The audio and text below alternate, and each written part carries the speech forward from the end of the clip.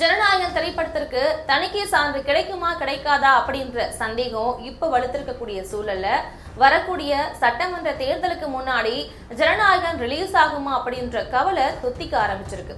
பொங்கல் பண்டிகையை ஒட்டி பல கோடி ரூபாய் பட்ஜெட் போட்டு பெரிய பிசினஸ் படமா எடுக்கப்பட்ட விஜயோட கடைசி படமான ஜனநாயகனுக்கு இன்னும் தணிக்கை சான்று வழங்கப்படாத நிலையில அது குறித்த வழக்கு சென்னை உயர்நீதிமன்றத்துல நடந்துட்டு இருக்கு.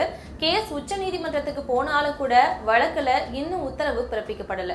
இந்த வகையில இன்னைக்கு நடந்த ஜனநாயகம் திரைப்படத்துக்கான தணிக்கை குற்றச்சாட்டு தொடர்பான வழக்க சென்னை உயர்நீதிமன்றம் ஒத்தி வச்சிருக்கு.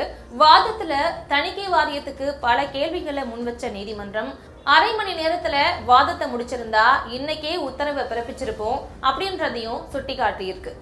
இருதரப்பு வாதத்தையும் அமர கேட்ட நீதிமன்றம் தேதி குறிப்பிடாம வழக்க ஒத்தி வச்சிருக்கு.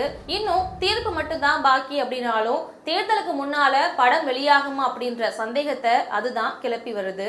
இதனால ரசிகர்கள் தாழ முடியாத சோகத்துக்கு போயிருக்காங்க.